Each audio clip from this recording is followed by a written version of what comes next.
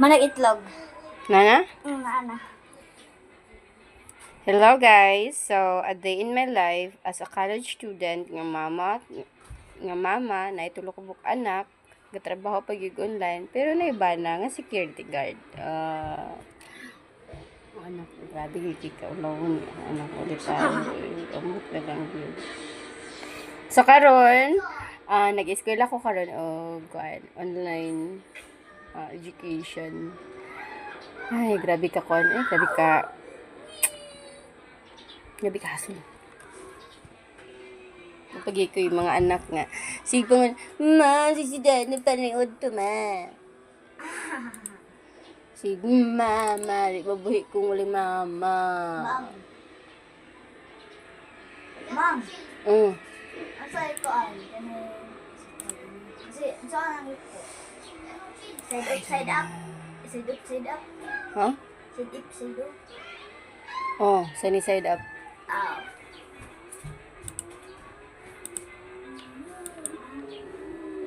A day in my life.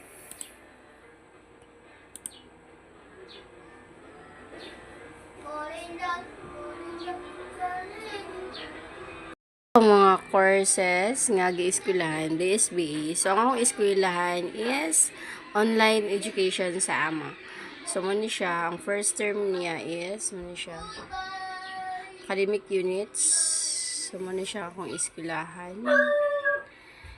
Anong nag-eskwela ko ani, nganong tulo ka term. Sa first year is naring tulo ka term.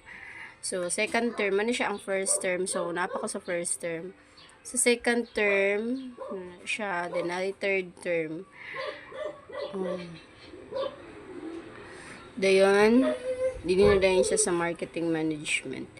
So, first term, sa second year, first term, na ay, tulo lang ka subject. Then, pag second year term, na ay tulo ka subject. Then, third term is na ay upat ka subject. Then, sa third year, na ay first term, ay upat ka subject. So, second term, na siya ay upat ka subject. Then, pagka third term, na po isa ka subject. Thesis writing na dayon. Na dapat, napapug ko'y practicum non-academic units. So, napad sila non-academic units. Maning physical fitness, napag yun, first term, third term, second year, team sports, national training, NSTP na NSTP, second year. So, daghan gyud kay mga subject nga kinahanglan. So, kini siya pa akong ginap-eskwelahan karon ang bridging program. Kay wala man ko wala ko nag senior high kay nabilong pa man ko sa old curriculum. So karon mo ano ni akong gieskwelahan karon. So kabala mo pila ang bayad. Char. So courses tano. So muna ni siya view courses. So napa ko sa bridging program. So mao pa ni ako mga courses nga kinahanglan eskwelahan. So active na siya tanan. Dayon dinita sa bayad. So, sa bayad is VOSOA. Ang akong kuan is total nga tuition is 32,750. So, kato pa lang ng bridging program pa lang na siya. So, na siya no, tag 2,000 per subject. So, nganong nahimo siyang 32. So, manin na siya no, ang nasa digital resource fee 10,000.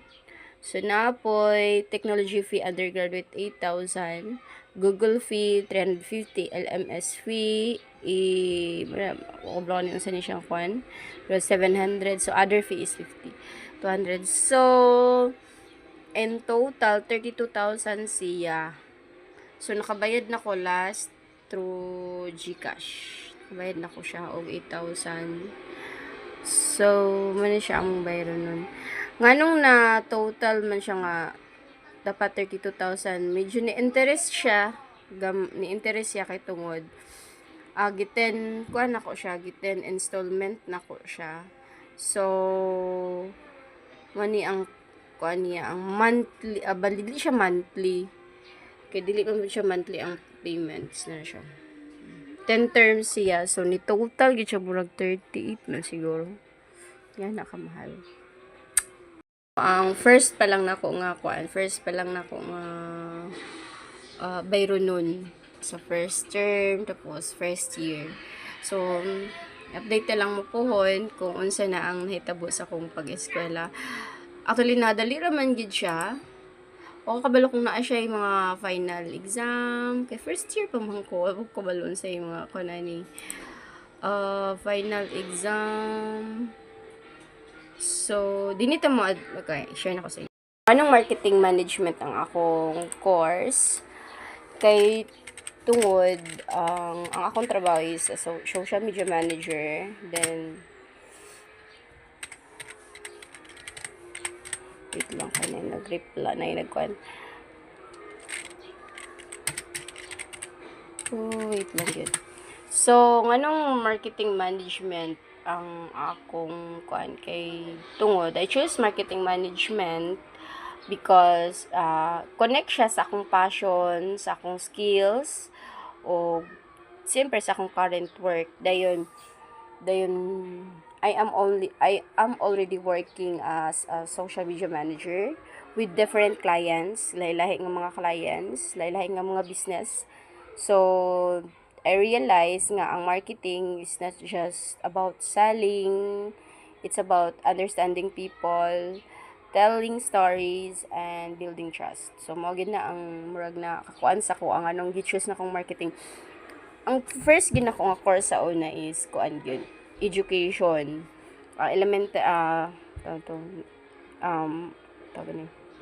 Elementary education, general education man ata ang tawag ato nga strand. So general education gyud ang kuan, elementary education, then nag-shift pug ko sa kuan gyud, programming sa computer. Then siguro dili lang siya align sa akong sa akong skills karon. So so ang marketing nakahatag sa ko chance nga magamit na ko akong creativity, akong mga strategy together, dayon makatabang pug sa mga businesses mo grow, dayon to reach the right people, then understand consumer behavior. So mao po nang ginakuan gyud nako nga mga gusto na ko matun-an pagyud sa marketing management ganong eskwela ko ana.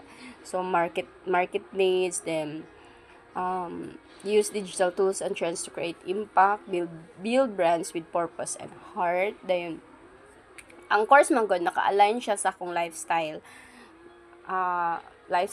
at my work. Then I can apply what I learned immediately. Dayon from branding, content creation. Uy, nanimahog nga kuan. Nanimahog nga itlog sa kuan nagluto kong anak ng kamagulangan. So from branding, content creation, kay syempre naanagid ko sa content creation since 2020. So YouTuber. Gusto pa na ko na siya. Gusto gid pa na ko studyhan gyud ang marketing management kay gusto ko makasabot unsa ang market research, ads, communication o decision making. So very importante gid kay na siya sa business. And every subject that I take makes my skills strong. Pwede rin gid unta gid ko may eskwela og mga short courses, but kay tungod lagi kay gusto gid pa nako nga mas naapit ko kay confidence nga mga apply kog trabaho na ako'y degree. Lahi ra gid lang na kay degree gyud, tinuod lang gyud, no? I didn't choose is just to choose a degree nga kanang kuan lang ni siya nga degree, pang kuan lang ni siya pang diploma, no. Dipili na ko na siya nga degree kay tungod gusto na ako nga mas ma-enhance pag yun ang akong skills sa social media management, social media marketing, digital marketing. Nakahuman na po kog course sa nakahuman na po kog school sa sa Coursera, digital marketing nga siya, which is gid siya mas nakahuman gid ko sa Coursera. Wait ako na kaya nakakuha mo kog scholarship sa amo sa Region 10 Sa Region 10, nakakuan ko og scholarship. So, kung ikaw na.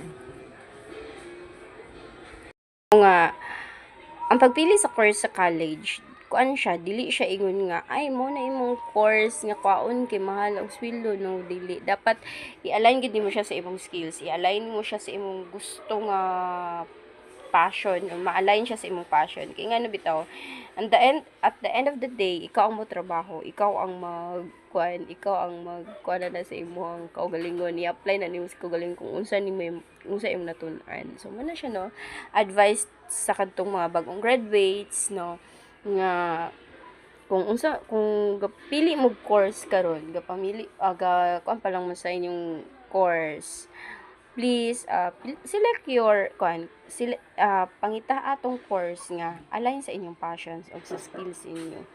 Kay basin baya magsige mo eskwela tapos pagkahuman mundang na dahil mo kadugayan. So, na-kuan pud na ako na-kuan pud ako na sa una.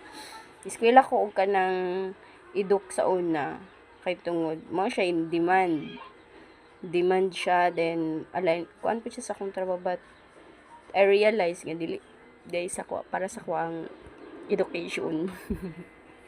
Day ang talent. So man siya no, a day of my life as a college student nga naitulo ka buok anak niya usa ka virtual assistant. So kulot-kulot akong kuan.